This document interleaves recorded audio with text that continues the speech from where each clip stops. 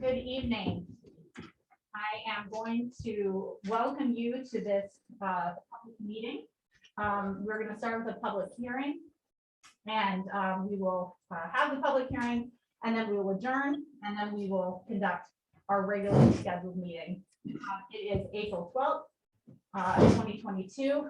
It is 7:01 p.m. and I think I'd be remiss in saying that given the circumstances internationally, it's a pleasure to have so many people participating.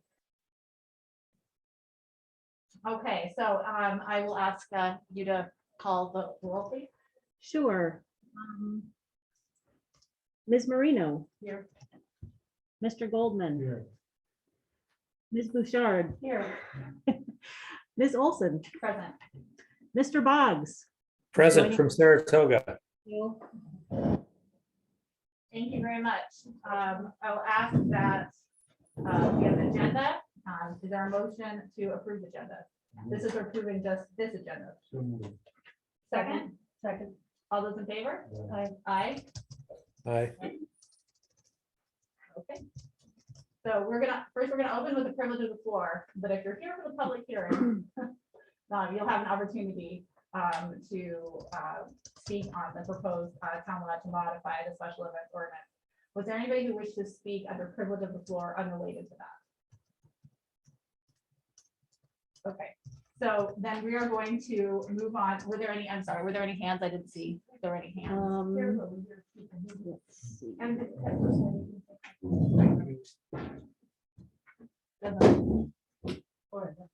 No. No hands. Okay. So I would like to, before we get going with the public hearings portion of it, I'd like to provide a little background to what is happening tonight.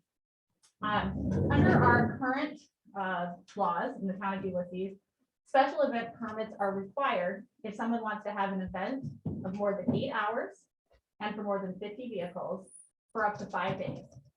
If the zoning of that particular piece of land does not allow the activity as a right, provided the property owner has sufficient parking for the number of people attending. It also does not pertain to the zone where the fairgrounds is. So this has nothing to do with activities on the fairgrounds. Right now, there is not a limit to how many special event permits a property owner or a user of a property can request. The proposed changes to the special events ordinance do not change the ability of a property owner to request special event permits. This is not a limitation on the number of special events the changes proposed. There are 2 proposed changes to the special events ordinance. Number 1 is to change the amount of time from 5 days to 30 days that a permit must be issued in advance of an event. Number 2, the current law leaves it to the discretion of the code officer to issue or deny up to 4 special events in a single calendar year for a single property. The proposed change gives discretion to the code officer to issue or deny 1 special event per parcel per year. Any additional permits would have to be reviewed by the town board in public session, and the town board would have the discretion to issue or deny the permit. Town board review means the process will be more transparent and that the public has an increased ability to weigh in on whether a special events permit should be issued. It's important to note that under the current law, a property owner does not have a right to a special event permit. Special event permits are discretionary currently because the activities being requested are not legally allowed by the zoning of that particular parcel. Because if you're allowed to have you're allowed to do the activity by zoning, you don't need a special event permit. The zoning for the town of Ulysses was established based on public feedback over many years and is based on our 2009 comprehensive plan.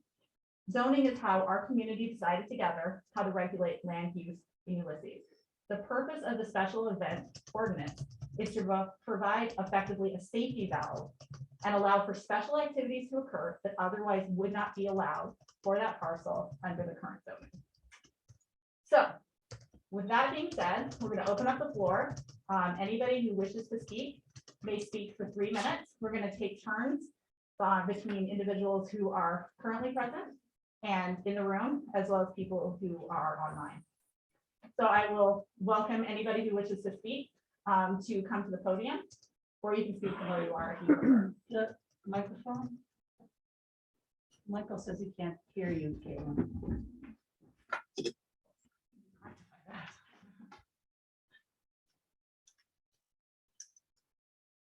Okay, that's not on. Yeah, yeah, take that one for sure. Yep. Michael, is that any better? Okay. Much I'm better, seeing much you. better. Thank you. Okay.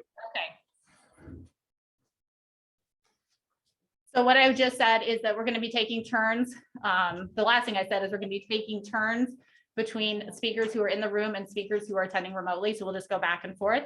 And speakers who are present in the room can come to the podium if they wish, or they can speak from their seat, whichever they prefer. Yes, ma'am. And please identify who you are and if you live in the town of Ulysses, please. Okay, I'm Joanne Kingsley. I do not currently work in the town, or live in the town of Ulysses, although I have lived here and rented office space here in the past. I have since moved to Schuyler County, in part because it's really a great region and it's fun to be around here. So my question is, I just want to understand what the change is. You said that the code officer has the right or the discretion to deny one permit. Yes. What if, but I don't, can you explain why the one? What's, I guess I don't understand discretion to deny one, what that really pertains to. So what we'll do is we'll collect questions and we can answer them at the end, but a public hearing is really for the public to tell us what they think, and then we're going to actually have a discussion. Okay, And we're happy to answer questions at so that you'd point. rather I give you an opinion? So that's, yes, Okay. and I'm happy I'm to, we're happy to collect your questions also, and I will Okay. answer them. Okay, so my opinion is, if we're working from the comprehensive plan from 2009, do you have copies of that? And when is the next comprehensive plan? My opinion is that I hope that the next comprehensive plan is underway and that whatever changes you want to implement now to the special events approval process will be considered in the new overall plan for the overall region, because I'm assuming that all of you all are working regionally for a comprehensive plan, right? And anyway, that would be my fantasy. So I'll give you that. Thank you. Is there anybody online? I see, we're just gonna go back and forth. I see Legislator Corman's hand is raised. Thank you. So this is a question because I'm on the board of the Jacksonville Community Association, which takes care of and manages the Jacksonville Park. So I know you're talking about residences, and I didn't look up what you're talking about as far as the exact changes. So with this, this is a question, but I guess I would say I'm hoping that this wouldn't affect events that we have at the park. So thanks. Okay, thank you. Is there someone in the room who would like to, I saw a hand over here. Did you speak? Go I'm ahead. so sorry, I arrived a little late. Are we making public comments right now? or So yes, asking this is the questions? public comment phase Okay. for the special event ordinance. Okay, great. I'll speak. Wonderful. And then I'll send these to the clerk when I'm done. My name is Russ Friedel, and in addition to being a town of Ulysses resident at 1602 Trumansburg Road, I'm a full-time employee at the Finger Lakes Grassroots Festival. Started in 1991 as a benefit to raise awareness of the AIDS epidemic and music education. Grassroots is a nonprofit organization dedicated to spreading cross-cultural awareness through a 4-day family-friendly, conscious, and vibrant celebration of music, art, and dance at the Trumansburg Fairgrounds every third week in July. That draws around 15 to 20,000 people from around the world over the course of the weekend and injects almost $4 million annually into the local economy. I'm happy to provide that study to the town board if you'd like to take a look at it. For the past 29 years, in addition to submitting and being approved for permits from New York State and the Tompkins County Health Department to produce the festival, we have duly submitted and been approved for a special events permit from the town of Ulysses for both the festival itself at the Trumansburg Fairgrounds, and since acquiring our property at Falls Road, the organizations across the way campgrounds to provide camping for festival goers. As the festival has grown over the years, there's been a desire from its audience to learn more about the music showcased throughout the weekend. And as such, the festival has created Culture Camp, a 4-day series of interactive daily workshops featuring musicians performing at the festival their instrument expertise.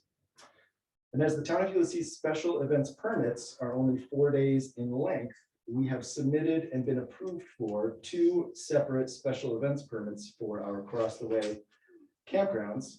The first for the festival itself, which runs Thursday, Friday, Saturday, and Sunday. And the second for the much less in number early campers who arrive to camp during culture camp. I'm here today because I'm very concerned about the proposed local law 2 of 2022 to amend chapter 142 of the Code of the Town of Ulysses entitled Special Events to change section 142-3 requirements part B from its current limit of 4 special events permits per calendar year to 1 special events permit per year. And that any applications for special event permits in excess of this limit must be made to the town board of the Town of Ulysses. There are a couple issues I foresee with this proposed law, and I will break them down as follows. Number 1, in producing a grassroots festival every year, there are numerous governmental oversight organizations that we work very diligently with to ensure the safety of all of our patrons. These organizations, such as the Tompkins County Health Department, provide us with clear rules, regulations, and deadlines we must follow in order to hold this event. As we have already been following the town's similar rules, regulations, and deadlines for 29 years to receive the necessary permits from the town to hold the event, this would radically change our 12-month planning process, as the town board meets only once per month, and there's currently no language or guidelines in this proposed law as to the process for how to receive a second special events permit, other than it must apply to the town board. This seriously concerns me, as this would change the process from administrative, following the public rules and agreed upon guidance from the zoning code officer, to a political one. It would place this power squarely in the hands of the town board and remove any already agreed upon apolitical administrative process, which the organization has already been going through for years. Who's to say how future town boards might wield this power? Number 2, as currently worded, the proposed law makes no mention of the max amount of special events permits per year. Hypothetically, what if a future town board likes one property more than another, or a certain event more than another? It issues 4 permits to one property, but denies all second permits to another. That thought is very disturbing to me. Number 3, following from that, as currently worded, there is no criteria for the town board to consider issuing a second or third or fourth permit. Again, all other governmental oversight organizations that we work with in producing provide clear rules, regulations, and deadlines that we must follow in order to produce the event. Summation, if indeed the Town of Ulysses special events permit law is meant to be a quote safety valve to protect its residents, this proposed amendment does not provide any new criteria, clear guidance, rules, or deadlines for those applying for it, and leaves it vague, political, and subject to abuse by future town board members. No clear intended purpose for Ulysses residents when the current laws and processes with the zoning code officer work just fine, and I and the organization are unaware of any issues. Thank you for your time. Thank you. Caitlin? Yes. Can I just chime in for a minute? I just want to see if the people who are remote could hear the privilege of the floor comments, okay?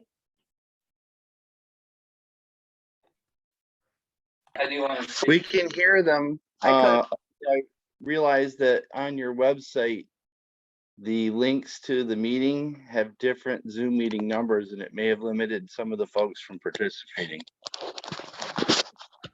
the people that want to participate haven't been able to hear what's been being said because of the inconsistency on the website. I don't understand what's happening there, but Okay, well, I can check into that, but Okay. I'm wondering if we can turn this microphone on at this podium and have, if that will help. Sure. Want to have people come up Yeah. and, yeah. Sure. I'm gonna try and turn it on. I've never turned it on. So There's just a switch behind there somewhere on the bottom. somewhere. So. Testing, is that? Well, it's on, it's up. Testing. Don't think so. Okay.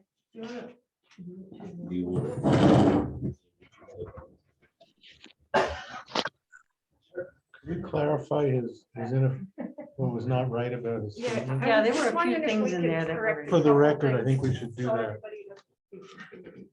So we Sure. meet, the town board meets twice a month, not once a month. At minimum. At minimum, Sometimes. and we have special meetings all the time. And the other thing is that the current law says a special event can't be more than 5 days, not 4 days. So any one event can be 5 days long, not 4 days long. So Up it- to it- 5 days at the town board. No, it's 5 days. The current law or the law as proposed is still 5 days. And the first permit is at the issuance of the code enforcement officer. What was our experience last summer with the concert series that we were, it was discretion of the board that chose to limit our weekly events to 4 days. The town board did not take No. any such action. We didn't do anything like that. So- That's not true. That's just Yeah. not true. We're gonna move on Anyway. to, So that is what this is. So I just want everybody to know that. great. So we take, Greg, you have your hand raised. Would you like to speak? Hi, this is actually Chow Chang from Stick and Stone Farm. I'm using his phone because I had trouble getting on. I am a resident of Town of Ulysses, 1605 Trumansburg Road. I also served as chair of the Ag Committee previously before I resigned. I do believe that the special events change could potentially affect farmers in the town or future farmers in the town. And the fact that you do not have an active ag committee while creating changes in the zoning law, I believe will put this law in contradiction with the town's adopted ag and farmland protection plan. I guess that's all I have to say about it. So thank you. As a clarifying, this doesn't change any property owner's ability to apply for a permit or conduct legal business at their property. So it doesn't change. If you have a commercial property, you can continue to have commercial activities. If you're an agriculture property, you can continue to have agriculture related activities. This doesn't, the alterations we're making make no changes to that. It does limit the number of special events you can apply for without special requests from the town board though, and that could potentially affect farmers. No, how? You still have to apply under the current rules to the code enforcement officer. We're just, structurally, there's no difference. We're just changing the. Well, structurally, you're saying you're limited to one without special permission from the town board. Well, for the So- others, you still have to get special permission from the code enforcement officer. As well as now the town board. No, Like no, not as well. what the previous commenter suggested is that is a codified process that's understood by everybody. As a farmer, I have the same problem of thinking I need to ask special permission from a town board rather than having to go through a process that's transparent. And I think it's a deterrent for people to apply for special events, including farmers. Okay, thank you for your comments. Is there someone in the room who would like to speak? Yes, I'm present. would you mind, if you're able to use the microphone so people online could hear you, that would be awesome. Yeah, okay.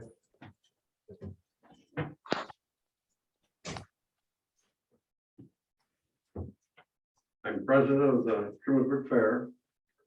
And as I didn't get a chance to read all the new rules and regulations that you're coming up with, so I don't really know about. I just, what you read earlier, you said just four special events per parcel, right?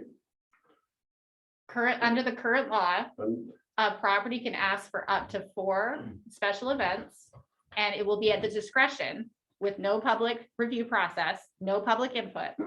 At the discretion of the code officer, that code officer can decide whether or not you can have a special event. We're proposing that the town moves to the code officer can issue one special event permit for a property that is not the fairgrounds. This does not pertain to the fairgrounds. It does not. It does not pertain to the fairgrounds. Okay, and then the 5 day don't pertain for No, sir. agricultural fair, we can continue. Yes, sir. This does nothing to do with the fairgrounds. It makes no changes to what's happening at the fairgrounds. So we can have all kinds of special events at the fairgrounds? Yes, you can. Yes. Okay, thank you. Just to Unless they clarify, have camping though, right? If it's the camping event, then it would fall under special events? No, it falls under health department, but it doesn't fall under our Sorry, zoning. we're both talking at the same time. What was- The special events ordinance specifically says it does not apply to the fairgrounds property. It does not apply to the district, the zoning district, that only includes the fairgrounds. So if the fairgrounds wants to have camping, they still have to go through the health department and go through all that process. But they do not need a special permit from us under this ordinance. Could you tell me how many other people besides us are allowed for multiple? So I'm sorry, we're gonna go back and forth. I'm happy to have you next after we go back to somebody online. I see JB with a hand raised. Okay, JB is not answering, so we will move on Oh, to, there you go. Or she. Go ahead. oh, JB, go ahead. Well, we can't hear you, JB. So we're gonna move on to, please come back to us if you are still here. I see Eric raising his hand online. Go off mute. There you go. Yes, can you hear me? Yes. Hey, first and foremost, thank you as a town board for looking into the special event planning laws. It is very clear what you have to do to have a special event on your property. With the new changes, it seems fair and open to all Town of Ulysses properties to host one event per calendar year per property. While reviewing the laws, I would like to thank the town board for taking pressure off one person making decisions on special permits for properties. That is a lot of pressure for one person, and I'm glad as a community, it is more of a community-based decision. Again, thank you for looking into these new laws for special event planning for permanent Town of Ulysses residents. Thank you. Would you like to go next? Well, I guess I have a couple questions. And some. Can you come up to the mic? I guess I would like to know how many, my name is Jeff Carrera. 6135 Prairie Road. I was curious how many people applied for multiple special events last year. Last year, which I don't know if it would be reflection of any normal years, it would be your property, I believe is the only property you applied for multiple. Okay, so that was the other one. Well, I guess it flows into some other interesting areas. Will the town board vote on each particular extra event Yeah. individually, or will there be one person appointed to? No, It'd be the So- town board. it's a town board decision. We all make it together. Okay, and then, so at a certain point, and then will there be clear criteria? Like, so if we come to you and say, we want to do X, Y, and Z, there's no way to prepare such a proposal at this point that's clearly stated. And it seems like at a certain point, it's going to become implied your personal taste of whether you think a motorcycle rally would be preferable to a folk event or gay pride weekend as opposed to the American pride event or whatever, so it gets into a lot of different areas about you guys are gonna wind up having to choose politically instead of meeting set criteria and rules. And I think this could potentially be very problematic. And so I'm concerned about that.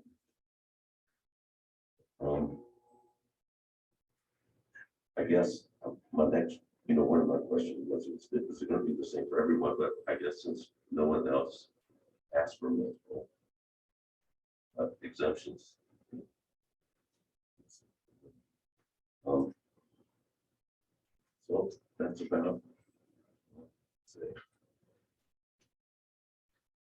In response quickly, I would say there's no, the code officer would be under, currently has the same discretion that the Yes, town I board understand, would. But the code officer is making sure that the codes are met. No, that is one part of a code officer's job. This is in addition to a code officer's job. So in the current way it works, one person in the town, in a non-transparent way, is solely responsible for determining whether or not an event could or could not happen, who would also be rife to abuse and preference. Has there been a circumstance where somebody applied for an event and special permit and the code officer refused it because of an unknown set of criteria? Well, as we just know, the code officers only had to deal with your request, because we haven't had any multiple requests because of COVID and other things. So we don't know how he would decide in your case, he decided how he decided, but there's personal preference in that too, in one person. By having a 5-person board decide at least, and having to have public hearings, you have much more transparency. I understand that, but there's no set criteria for, like, if somebody's gonna, it brings it into a political arena of the popularity of the proposed event. Whereas obviously, probably, I don't know how we all would vote if somebody was out on a, 5 Nazi rallies or 5 gay pride rallies or 5, I can assure you, we're not And gonna so- have 5 Nazi rallies. well, but it's, it will, you understand the point. Right, but what I'm saying is the code officer, as Caitlin said, it's not in his job to do the checklist of code violations that would breach the permit. He also can make a personal decision. He's free to do that under the current law for the first one and the other 4 after that. What we're saying is after the first Is one, that precedent ever been set in the past? Is that somebody that was denied a special event because we'd have to go back and look. of a sort of an opinion that they didn't think the event was a good idea? The difference is a question of transparency. It is far more transparent for special events, which are in contradiction to zoning, are covered and reviewed and accessible to the public. It is not accessible to the public for a civil servant who cannot be held accountable by the public to be reviewing them, in my opinion. Well, I will be held. I don't think it's ever, this is the first public outcry I've heard about a public code officer or somebody, I've not heard this public outcry. So. Okay, well, thank you very much. Yeah. Is there someone online who would like to speak? JB's hand is raised again. Is he available? I'm sorry, Kate, can I Yeah.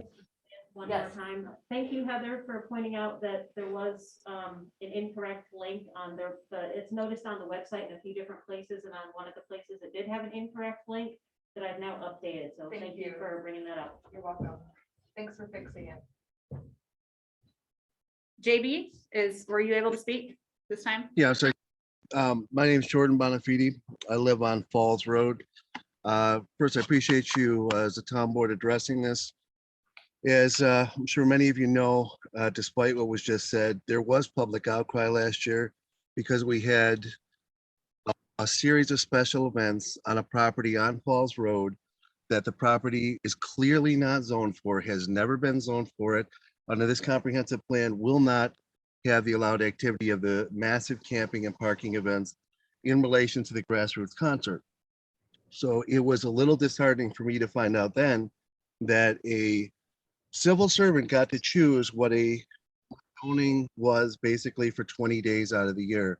So I know it's been hammered home by a couple of people already, but I like the fact that this will be far more transparent. If I want to come in and complain about grassroots getting 3 permits and no other entity in the entire town applying from, at least I have a face that I can complain to. I can't go into the code enforcement officer after he's issued 3 permits and say, hey, why did you issue these permits? At least there'll be some public input, at which point I can say, I completely disagree with the flagrant disregard for the current zoning in the area, and I don't want these, and this is why. So we touched a couple times on the fact that there's a set of rules and there's some confusion as to what the special use permit allows. And from my reading of the new law, the only thing that changes on there is you are not guaranteed to have the code enforcement officer be the sole deciding agent for those permits once you pass the first one. So if I'm mistaken on that, I would love to hear that. But I appreciate you guys taking that up, and I would strongly be in favor of that. Thank you very much. Is there anybody else in the room who would wish to speak? Yes, I'm ma'am. gonna go to the. She already spoke. Hi, Joanne Kingsley again, Grassroots Festival. The comprehensive plan was just mentioned, and I don't know enough about it, but what I know is that I think there is one in, I don't know if it's a county one or is it Ulysses? I know that maybe it's just the village of Trumansburg. No, we have a Town of Ulysses one. Okay. It's on our website. Thank you. And that's the 2009 Yes. version. Is there one underway for, let's just call it the future? Well, we were supposed to do one during COVID time, and we are waiting. We're currently in the process of trying to hire a planner. And when we hire a planner, then we'll be Got able it. to hire a That's- consultant. We have budgeted money to begin one. Yes, I had heard that there wasn't a planner. Thank you for reminding me that. So since there isn't a planner, and I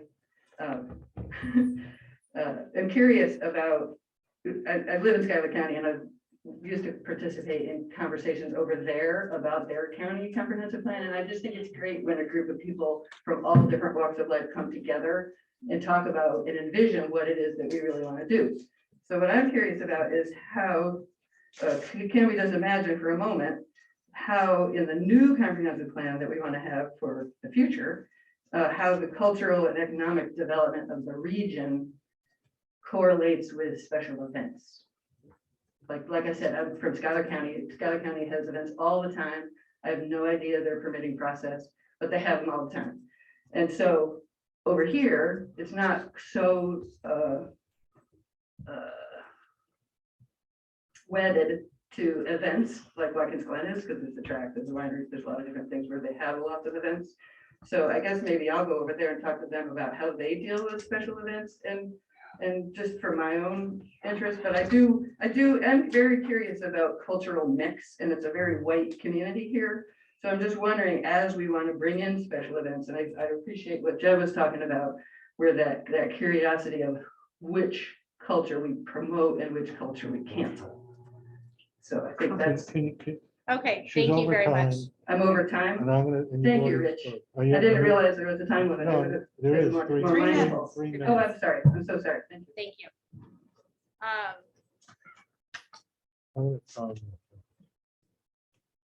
So I see Chris has her hand raised.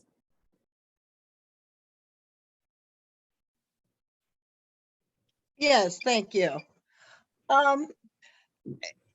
I guess I don't want to reiterate too much what other people have said, but as a very political partisan person, I do find it problematic for the town board to put itself in the position of issuing individual permits.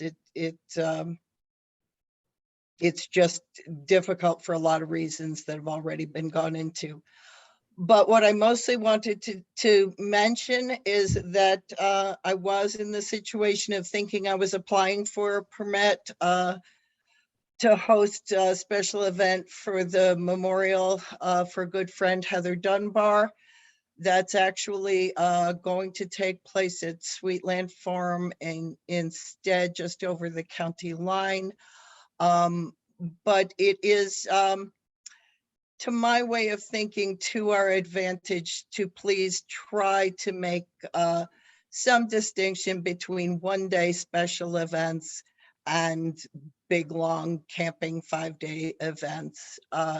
It does seem to me, having heard a lot about special event permits over the years when my husband was the person responsible for issuing them, that there are in fact a lot of people who might want to have both a small memorial service and a wedding in the same year and not have to make a big federal issue of it. Thank you. Thank you, Chris. I would like to say that to trigger a special event, the activity has to be in excess, so more than 8 hours and more than 50 cars. So if you're under 8 hours and under 50 cars, as long as you're under the 8 hours, you can continue. There's no special event permit. Is that true for bed and breakfasts as well, if they were going to have a memorial service or a wedding? You have to make sure you have sufficient, as long as it's allowed for that property, you have to make sure you have sufficient parking. Okay. But as long, it's not a special event if it's less than 8 hours and you're abiding by the other activity, the other legal requirements for zoning and et cetera.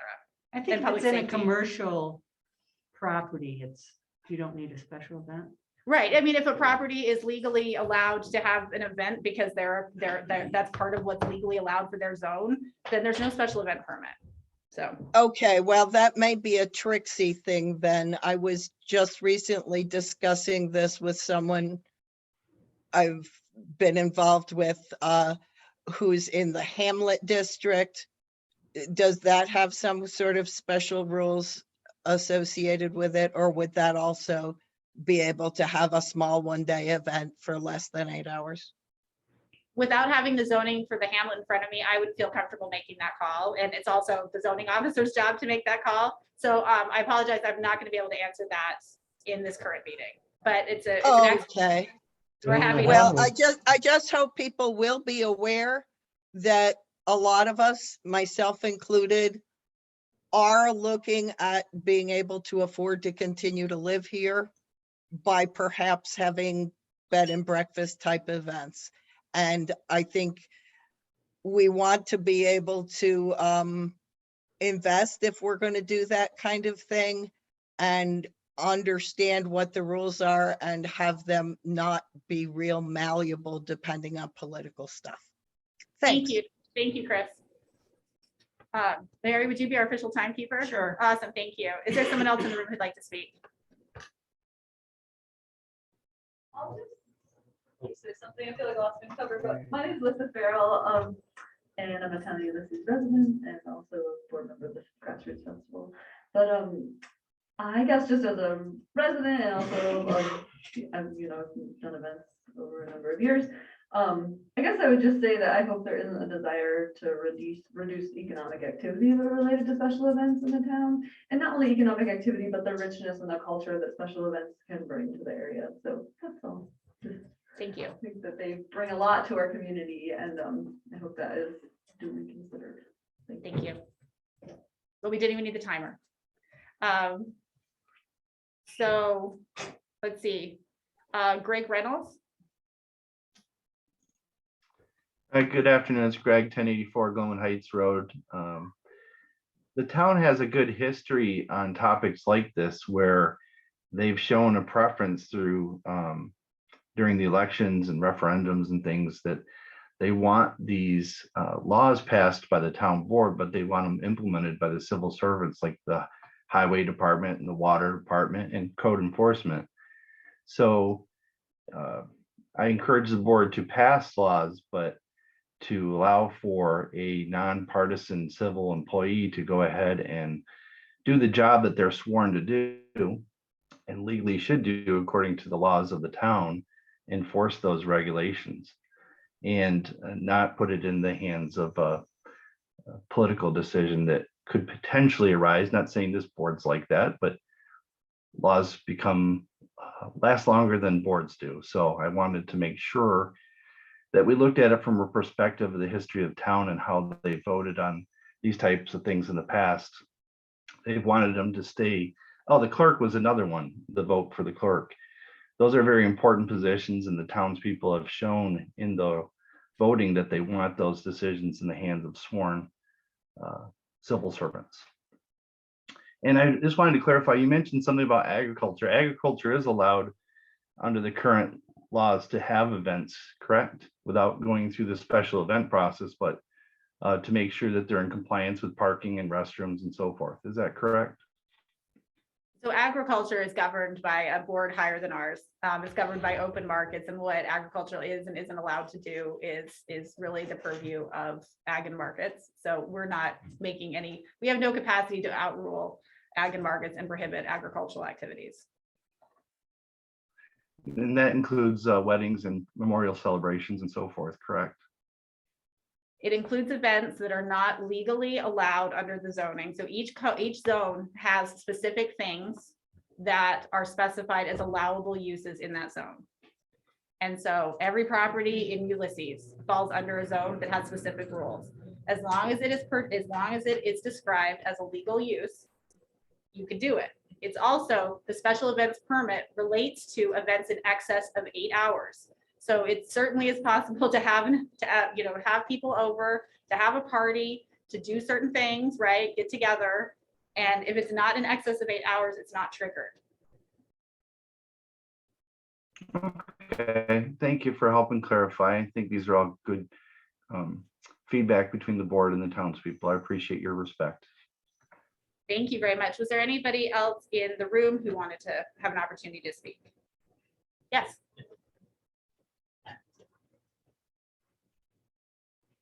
My name is Jordan Career, and I'm also a grassroots staff person, coordinator among the founders.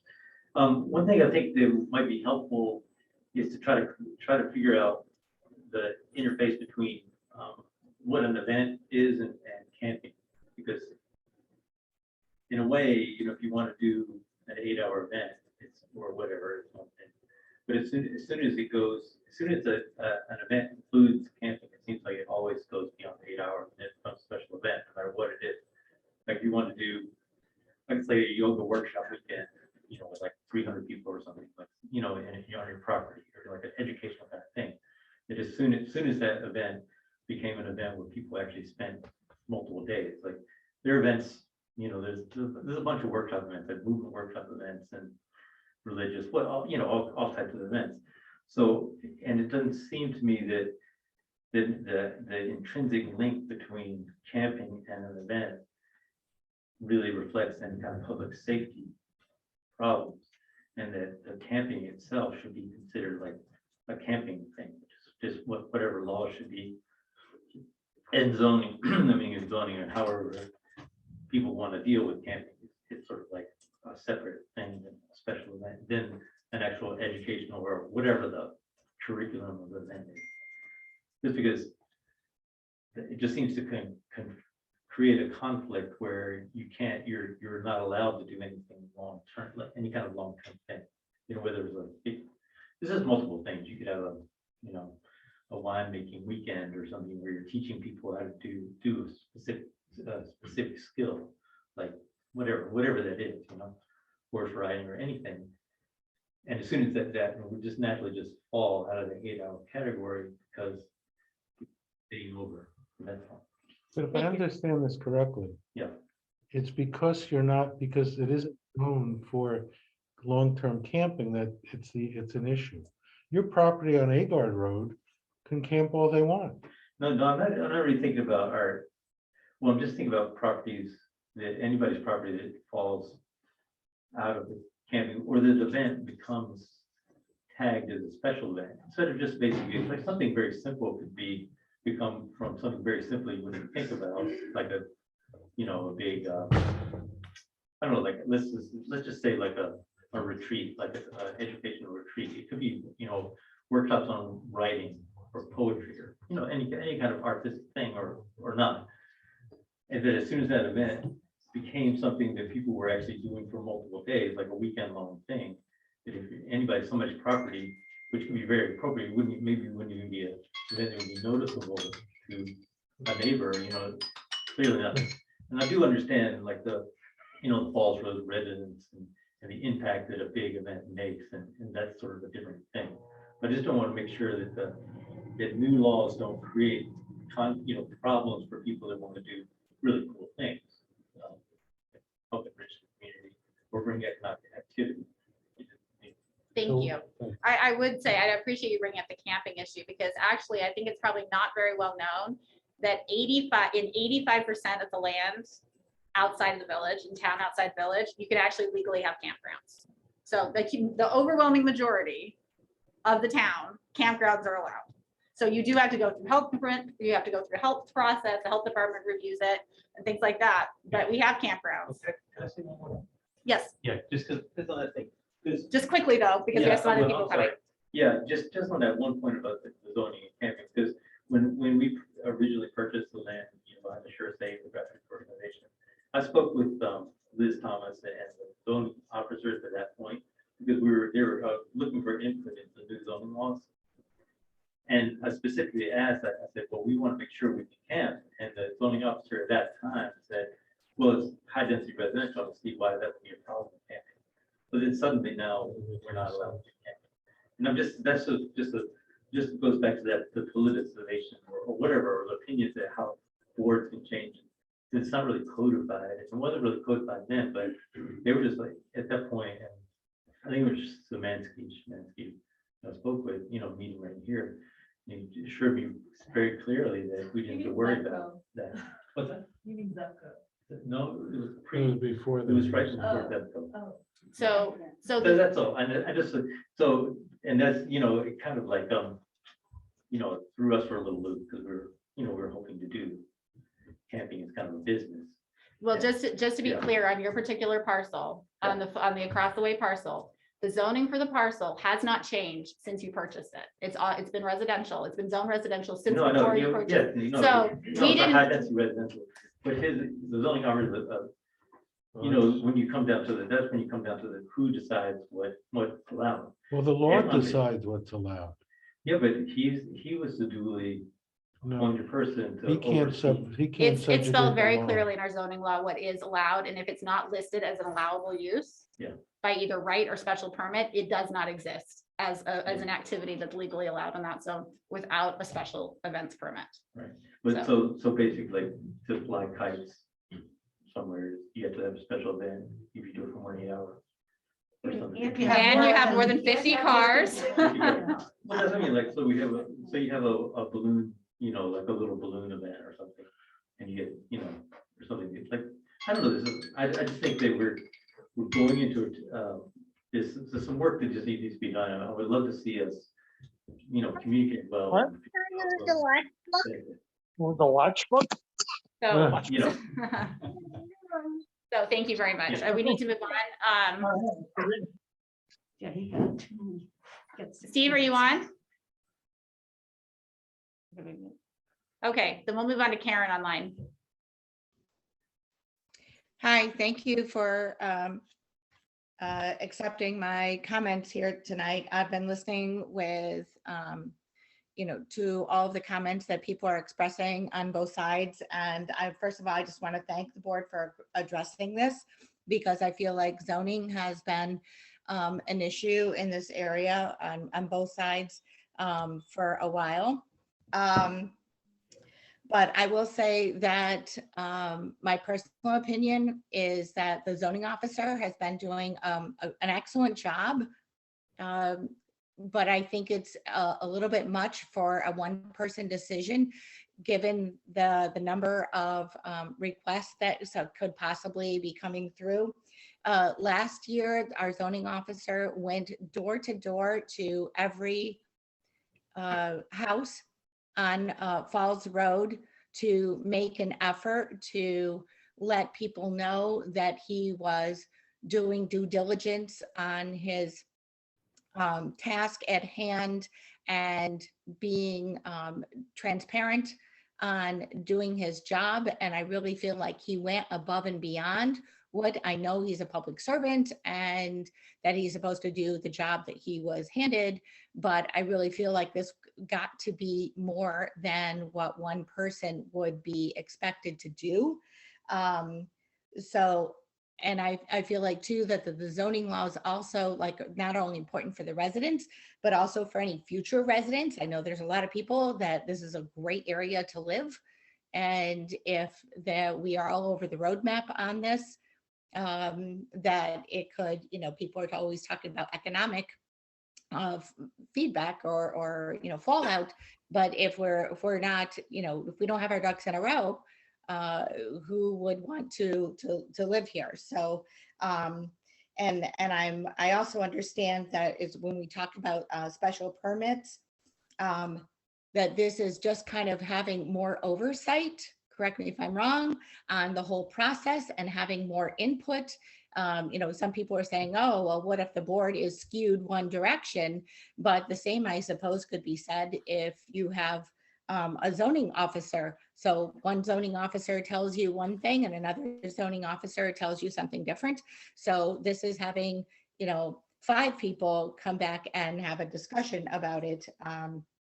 And I feel like it's just a little more oversight and a little bit more kind of opinions go into the decision. Nobody's saying you can't have a party, just that I feel like, and again, this is my opinion, the way I'm understanding this, and somebody correct me if I'm wrong, that, you know, that more planning ahead for big events would be required, and that you just need special opinion or I'm sorry, exemptions if you're going to have events that are not currently approved in the zoning. Did I understand that correctly? Yes.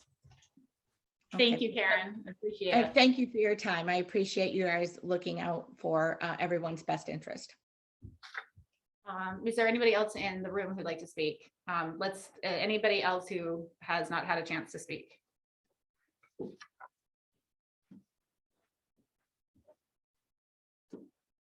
Hi everyone, my name's Anne. I'm a new resident in Ulysses. I'm not aware of the politics here. I've lived here for just a couple months. I'm a new homeowner. But I can just say that it seems like the town keeps coming back to this like narrative of this being more transparent for the people. And as we've seen with the beginning of this conversation, there's a whole group of people who are not able to be here today via Zoom because of incorrect link. I've never been here before.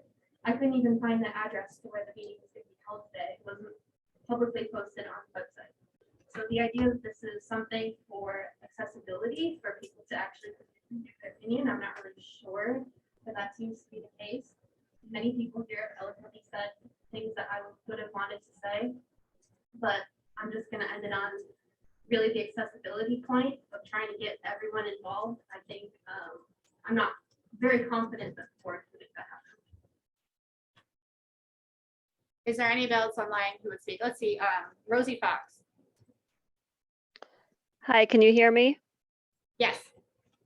Hi, Rosie Fox. I live in the village of Trumansburg, and I'm involved with the organization of the Grassroots Festival as well.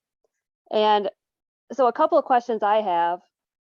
One is, how do you see the board arriving at a decision on this, on these special event permits?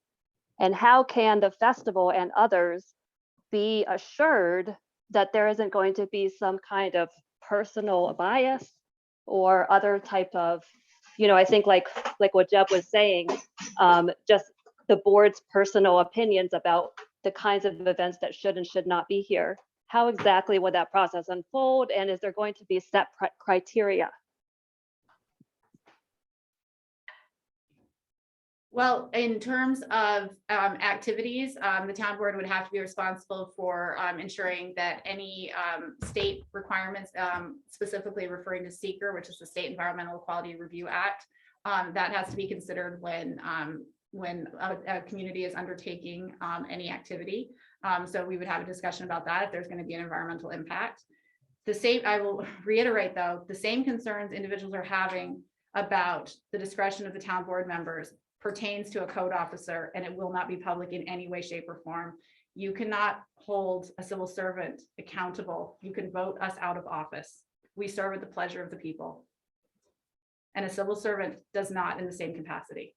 So any concerns about indiscretion or preference are far more likely to happen when one single person without public review is making the decisions versus a town board who has to conduct their meetings in public. Right. I hear that. I understand you. I heard you say that earlier today. My question is there any kind of transparency in the process in terms of set criteria that applies to all all parties? Or is each individual case going to be the opinion of the board for that particular case? Yes, it's the same way that the code officer currently has that discretion. In addition, Well, let's we have to forget, consider- yes, we have- yes, I heard you about the code officer. Let's keep it to the question, please. How can we know the town board will act fairly on this? Is there going to be set criteria? The town board will make determinations as each individual member will vote. A majority will approve or disapprove a special permit. As it stands now, no property who's not legally allowed by zoning to undertake an activity has to get a special permit under the criteria I've already stated. Property owners, these are discretionary. Right now, the discretion lies with one single person. The discretion will then lie to the town board, 5 members in public having a discussion about it, and each individual member will have to vote to approve or disapprove. And for me, one big criteria is going to be how the residents living in that zone are about the activity. Because this is a special request to go outside of our current zoning. So I'm going to take into account the local understanding of the people who live in the district. I think that's only fair. The additional thing the town board can consider is putting into effect a moratorium on special events until criteria are adopted, if that's would be a choice. I don't think that's necessarily what we were trying to do with this meeting. In fact, that's not what's being proposed under this public hearing. But if there's a lot of concern about the criteria, then it may very well make sense to develop criteria and not allow special events until that criteria is formed. That seems good. Well, but the point is, there's a concern about criteria. And if you want us to develop criteria, it should apply to a code officer and it should apply to a town board. Okay. Do I still have the floor? May I ask my question, please? So I think we have determined that the Grassroots Festival is the only organization which has applied for this in the past year, let's say. Now, No, wait a minute, for I'm multiple permits, Rosie, not just for Right. one. For Correct. multiple permits. Right, no, I get it. Now, in terms of transparency, I was not contacted. I'm not aware of anyone else being personally contacted by anyone in the town about this coming down the pike. I'm not seeing the transparency. But I just want to correct something. When you said you couldn't find the address, was that, no, that was somebody. Okay, no, it was me, and I will tell you what I did. Carissa sent out the town email, like with the newsletter. It said, there was a link there. You go to that link, it says information about the special events meeting. There's a Zoom link. I clicked it. I also posted it online. So no one could get in.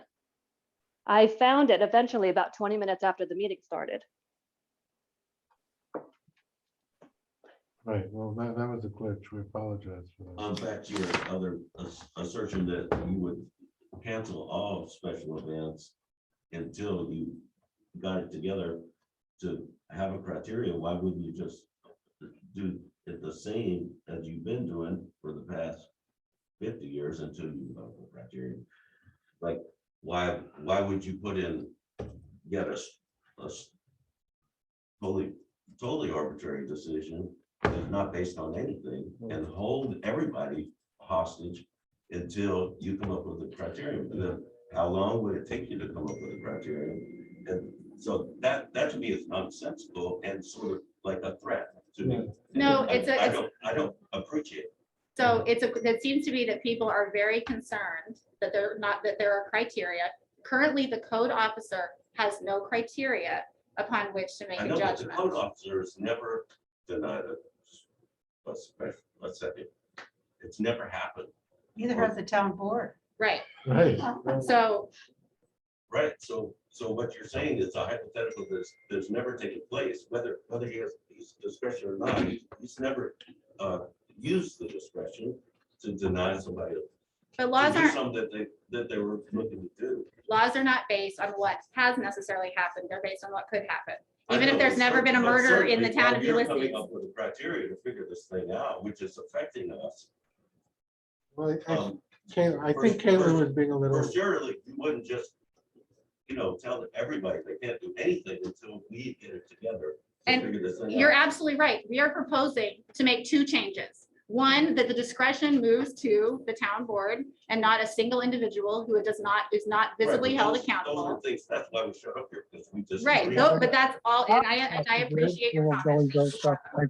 Okay, is there anybody else who has not had a chance to speak? Rachel has. Down the hill. Good stuff. We went over the wooden bridge. We Rachel read some stuff over my. Thank you. Can you hear me? Yes. Okay, actually, I'm not Rachel. I'm George Myers. I live on Falls Road. And I'm having some trouble understanding the law about a special event as it relates to grassroots.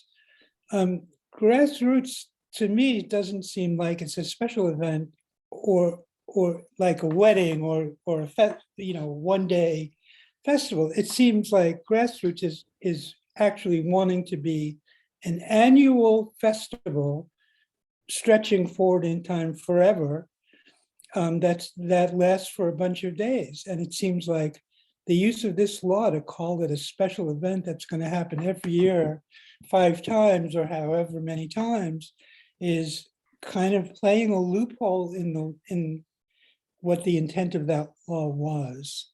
So George, let's just clarify. The grassroots event that's held at the fairgrounds has nothing to do with what we're talking about. That's totally within the fairgrounds purview. We have no authority over it, and that's not what we're talking about. What we're talking about is across the street, because it's zone heavy residential, you can't have the camping going on without a special permit. That's what we're talking about. But, okay, so given that, isn't it true then that the special permit for camping, the intent is to have that happen every year forever, as long as that festival happens, the camping will happen. And so I don't see how we can call that a special event. It's not a special event. It seems like we wind up. Last year it was a special event because they had never asked for it before because they were using the across the street property for other purposes that they've never used it for. So they got a special permit for all of what they wanted. Mm-hmm. And this year, and next year, and the next year. We got granted the special permit. Pardon me? Year. Right. Last year was not the first year we applied for a special event permit. I've been doing it since when? But the special event permit, I thought doesn't apply to the fairground. It doesn't apply to the fairgrounds. It applies to the any property that's not the fairgrounds that doesn't meet Right. zoning. Right. But the point is that they have to apply for a special event unless we change the zoning. If you change the zoning and included what they wanted, then you wouldn't need a special permit. It would be zoned for that. Currently, it's not zoned for that. As I said, their Agard Road property is zoned for that. If they wanted to camp it, go for it. We have no problem with that. But because the request is to have something that isn't in the zoning happen, that requires a special permit. Well, to me, it might as well be zoned to be able to be used because they're gonna apply for a special permit every single year. But that doesn't mean they'll get. Just my 2 cents. There it is. And thank you for giving me the opportunity to express it. They may get it, they may not get it. That's at the discretion of the town board. Mm-hmm. Because it's not legally allowed by zoning. And that would be applied to any property in the town. I just have 2 really quick questions. If they're very quick, yes. I just want to follow up on Karen's comments. I was just curious, how many special events permits does the town issue per year? How many special events permits does the code officer issue currently per year? Total.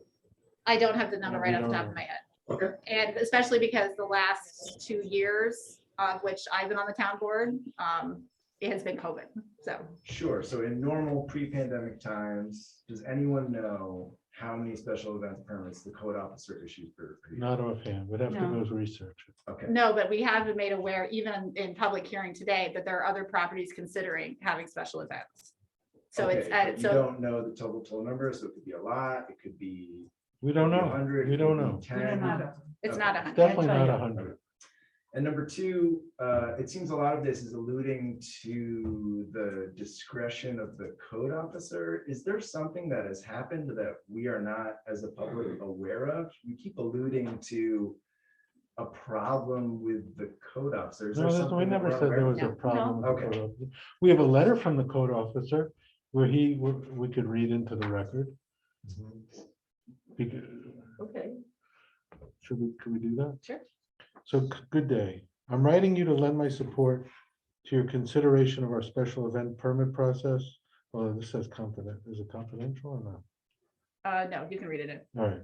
Moving the timeline for obtaining the permit from 5 to 30 days allows my office to perform all required background work and inspections needed before an event is being held. Public safety is the main focus of my office. With regards to the number of permits allowed from 4 to 1, will aid in keeping town politics out of my office. A special event permit is just what it says. Special is 1, and anything above that could be a way to skirt the zoning regulations set forth by our elected officials. After my experience last year with possible blowback from the community, directly affected by a request for 4 different special events permits, totaling 20 days, was time consuming. I spent a considerable amount of time dealing with public outreach and numerous conversations with residents directly affected. If more than 1 permit is requested, I feel that the town's elected officials are in a better place to weigh the pros and cons associated with the request for a special event. The people of the town elected the board to be the voice of the collective. Transparency is needed in the process so the public can see their voices are being heard. Remember, a special event permit is a request, not a guarantee. Not partial. Thank you. Then one more follow-up question for that. Were there any issues from our event last year that we are unaware of? There As were- far as we tried to be open, and as far as we know, we didn't hear of any major issues from the small camp. I had a follow-up meeting with Nancy Washburn, yeah, which they indicated that there were no problems other than one person complaining. I think it should be noted that, the format of last year's event was due to COVID. It was due And to that's not the nature of Texas. It's, we're not doing that. That was all through New York State regulations to get to that point, to get something to do. Yeah, and we appreciate that. And so I don't, if somewhere to happen, it would be far more spaced out and just a different, and we don't even have anything necessarily planned, but just not that excited about, having to come to, is you have one more thing, we live in New York State and, by the time you get through the health department, this and that, there's a tremendous amount of oversight, like to the point where lots of people are actually leaving the state, I mean, between the taxes and everything. And I do think that grassroots is a very good thing. I think it's very good for the economy.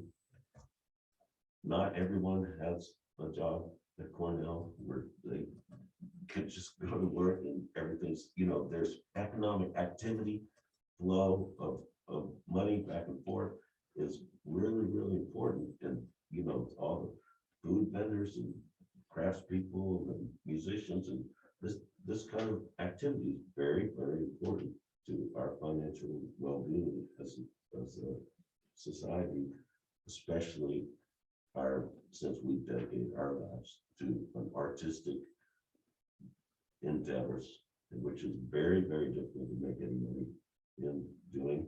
And we're providing a place and an avenue for people to really dedicate their lives to artistic pursuits.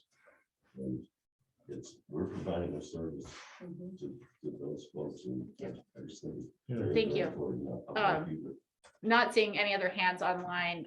Yes, sir. Yeah, my name's Jordan Montefiore. I tried getting online, but living in rural America, my cell phone is terrible. I am probably the one that would be the least similar. I live on Falls Road.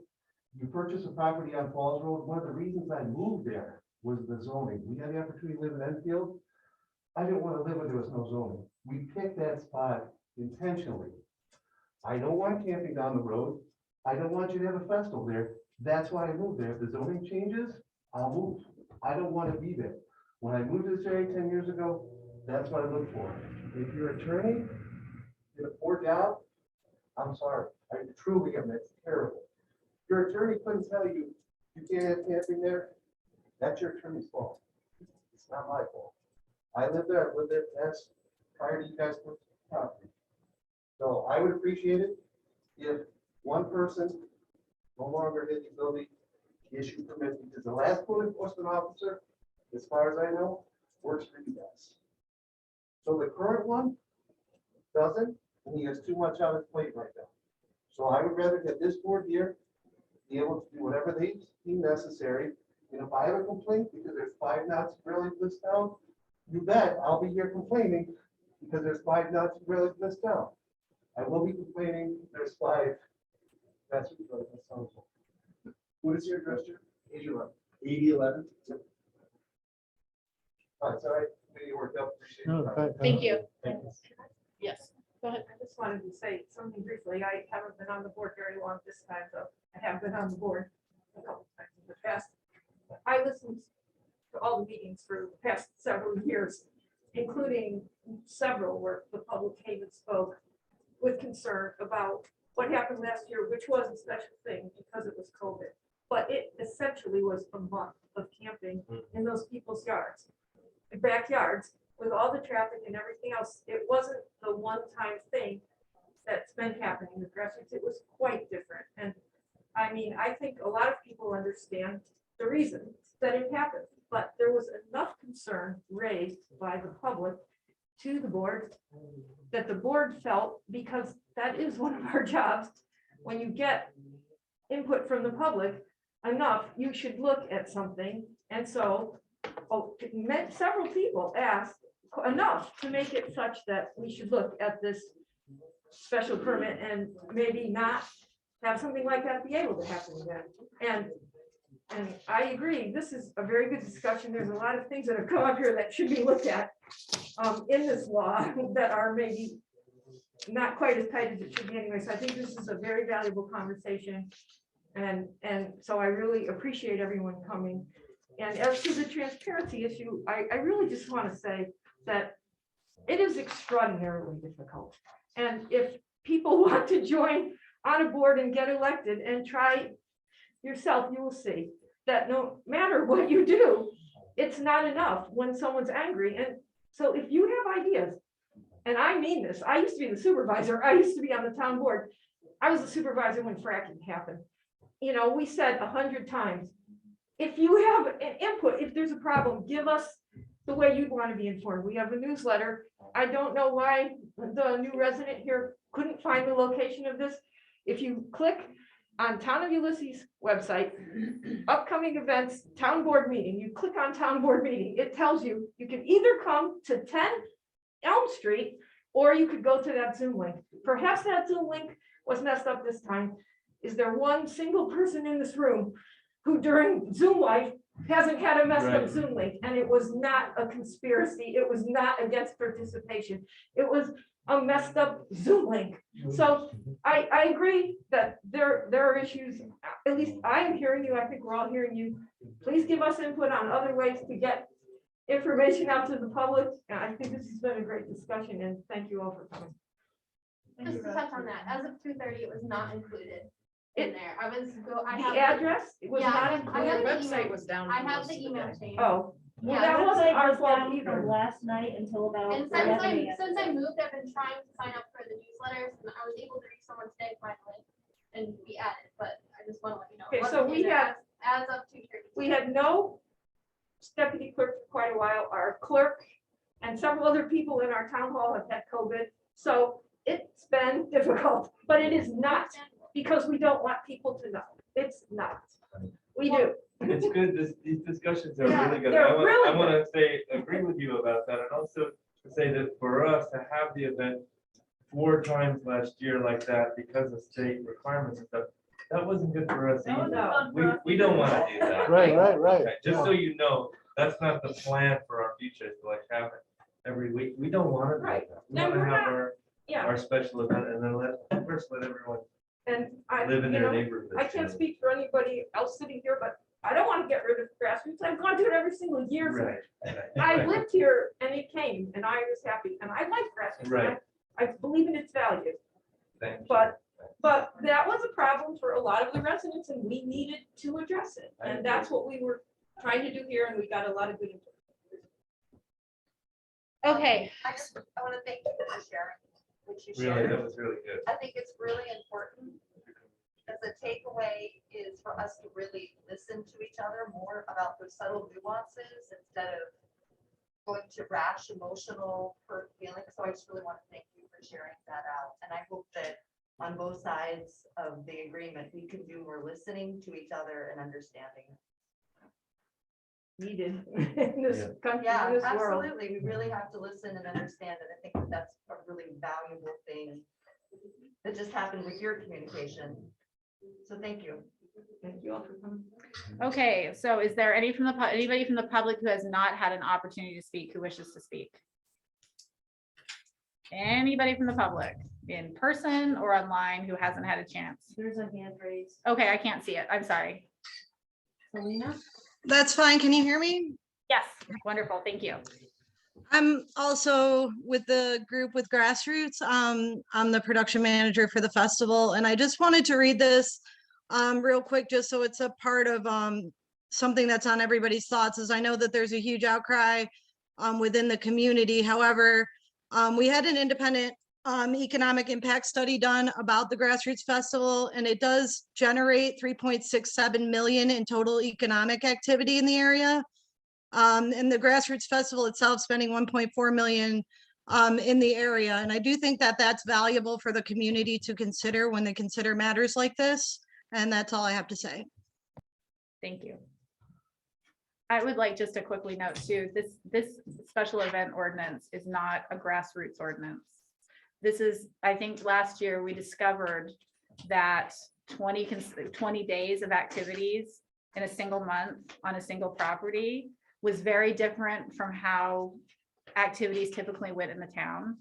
And I think that because that happened, it brought to our attention that it doesn't mean about your particular property. It will affect all properties.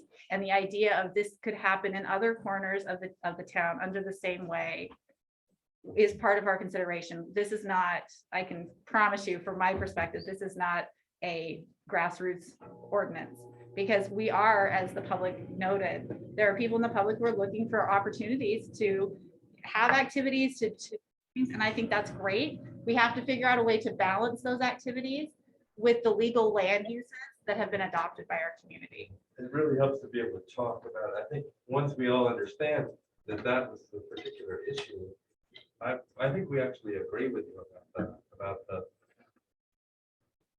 that's not the way any of us really want it to be. We want to be able to do it the way we've done it for COVID. You know, and we feel like it's a really valuable thing to the community. We've gotten a lot of good feedback about the value of it. And last year was really hard for everyone. It's hard for all of y'all, it's hard for us. And I'm sure everyone felt that kind of frustration over the way things were going. Hopefully that's behind us. And I think it's so important that we communicate to each other as people and not worry as much about creating rules as much as being able to actually talk to each other. Thank you. Before we close the public hearing and people scurry because it's 8:40 or 8:20, I'm going to be proposing when we go into the regular part of our meeting, we actually do have a discussion among the town board members on this item. I'm going to be proposing that we hold a second public hearing. That is not required by law to adopt a law. However, in lieu of having some technical issues, I want to make sure that anybody else who has, is interested in speaking has an opportunity to do that. So I'm going to be proposing that we schedule a new one. I would also encourage you, if you're not getting the newsletter, our newsletter goes out to over 1,000 addresses, which in a community of less than 5,000 people is a pretty great newsletter. And I actually, this is something new since I became supervisor. I actually sent out a message about issues that the town board is considering. And I know people received it because there were emails that came into my account over the weekend. Because I know not everybody is actively watching the classified ads in the Ithaca Journal, where by law, we have to publicly inform you of our activities. You might not, I don't know why, go to the Town of Ulysses website and constantly refresh. I mean, I can't imagine that you have anything better to do with your time, right? Like that's something that is probably not top of agenda. But I made a pledge when I ran for office that I want the public to be more engaged, because the fact of the matter is the press is not reporting local government activities because they don't have the staff to do it. And so there were 3, I thought, hot button issues that might pertain to the public in particular. We also have budget modifications. I don't know if you'll find that as interesting, but I put that in the newsletter, and it was at the very top of the newsletter. And we will continue to do that because we want the public, we want to hear your feedback. That's what public hearings are for. And at every meeting we have opportunities for the public to address us on any issue.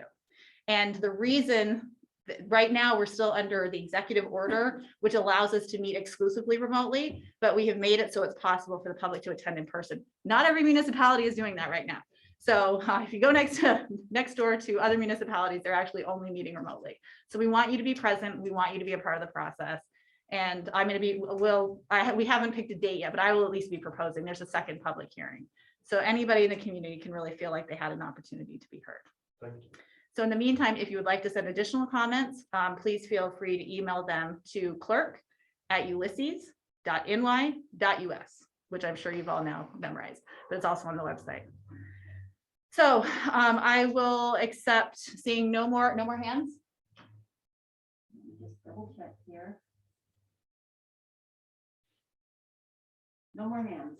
Wonderful. Then I will, and I see no one else in the public who hasn't had a chance to speak. Okay, then I will request a motion to close this public hearing. Motion to close the public hearing. Thank you, Michael. Second, Mary, all in favor? Aye. Thank you very much. Thank you. You are welcome to stay. We do have budget modifications. There's a paper there too, if you want to write your email if you weren't able to communicate